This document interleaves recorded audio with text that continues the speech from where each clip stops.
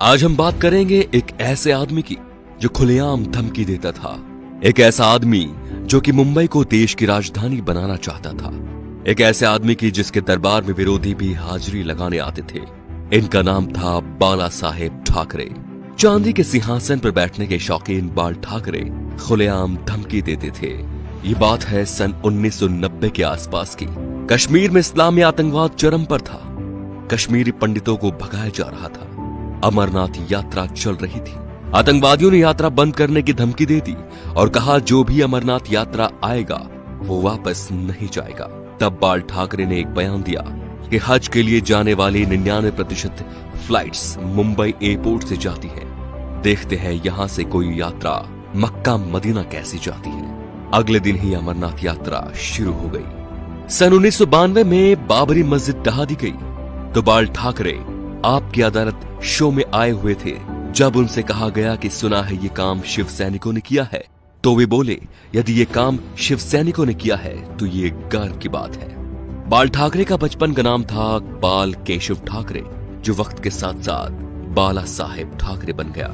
1980 के दशक में बाला साहब इन्होंने 1960 में ये नौकरी छोड़ दी थी।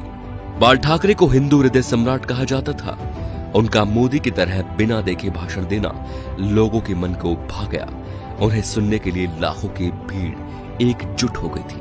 बाल ठाकरे जब किसी का विरोध करते थे तो दुश्मनों की तरह, और जब तारीफ करते थे तो ऐसे कि जैसे उनसे बड़ा कोई मित्र नहीं। 19 जून 1966 को बाल ठाकरे ने शिवाजी पार्क में नारियल फोड़कर अपने दोस्तों के साथ पार्टी बनाई, शिवसेना, जो आज भी चल रही है।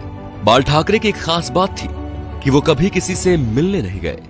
बड़े बड़े बॉलीवुड एक्टर बियर पीने और उनसे मिलने उनके घर आते थे, जैसे नरेंद्र मोदी, माइकल जैक्सन। बाल ठाकरे के कुछ स्पेशल शौक थे, सिगार, व्हाइट वाइन एक्सेट्रा।